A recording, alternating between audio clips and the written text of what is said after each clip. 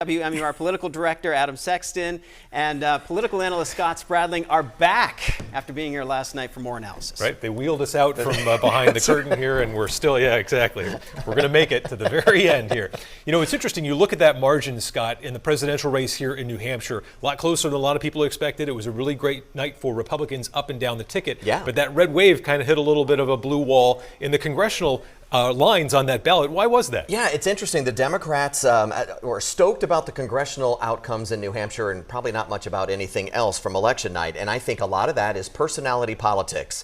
Chris Pappas, now elected to his fourth term in Congress, has never met an election that the people of New Hampshire didn't like. He's been very successful. He's made very real and very bipartisan relationships. He campaigned on being one of the most bipartisan members in Congress. That paid off. He ran against nice guy Russ Prescott, who did not really take the gloves off to throw a lot of punches, and it helped Pappas.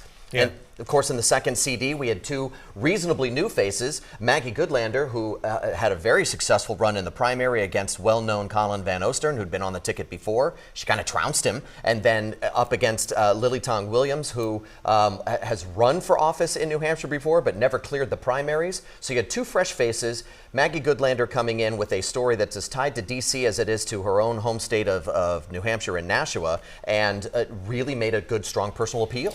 Right, and Chris Pappas has existed through some of the Trump era, and it'll be interesting to see how he operates. Also for Maggie Goodlander, really connected to that House leadership down in for the Democrats down in Washington. She's going to have to find her way in a second Trump era.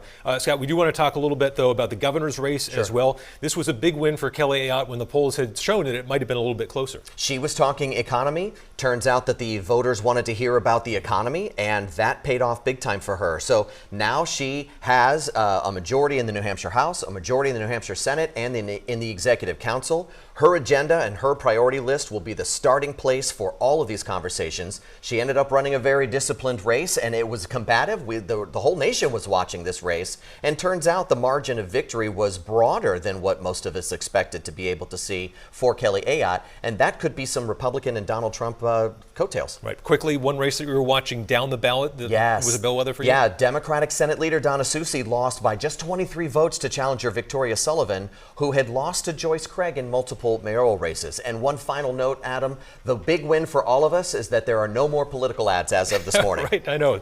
Well, the referendum on that is decisive, I can tell you that, Sean and Aaron. All right, guys, we appreciate you and your analysis throughout the night and this morning.